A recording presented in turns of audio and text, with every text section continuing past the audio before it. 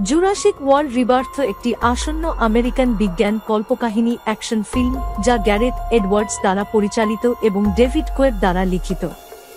Jurassic world Dominion 2022 এর একটি স্বতন্ত্র সিকুয়েল, এটি চতুর্থ জুরাসিক ওয়ার্ল্ড চলচ্চিত্র। চলচ্চিত্রটিতে স্কারলেট জোহানসন, জোনাথন বেইলি এবং মাহেরশালা আলী অভিনয় করেছেন। চলচ্চিত্রটি মুক্তি পাওয়ার কথা রয়েছে 2025 সালের জুলাই মাসে।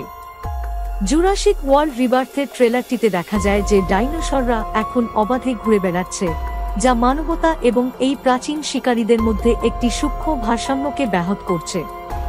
জোহানসন দ্য এভলিন রস চরিত্রে অভিনয় করেছেন, একজন উজ্জ্বল জিনতত্ত্ববিদ যিনি এই নতুন বাস্তবতার নৈতিক ও বৈজ্ঞানিক দ্বিধাগুলির সাথে লড়াই করছেন।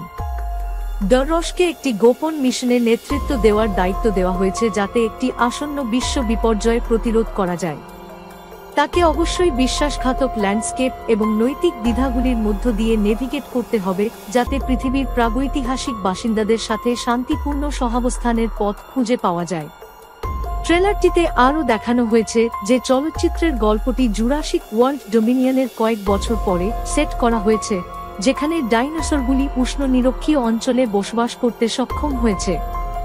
চলচ্চিত্রের প্রধান চরিত্ররা ডিএনএ খোঁজার জন্য একটি দ্বীপে যায়।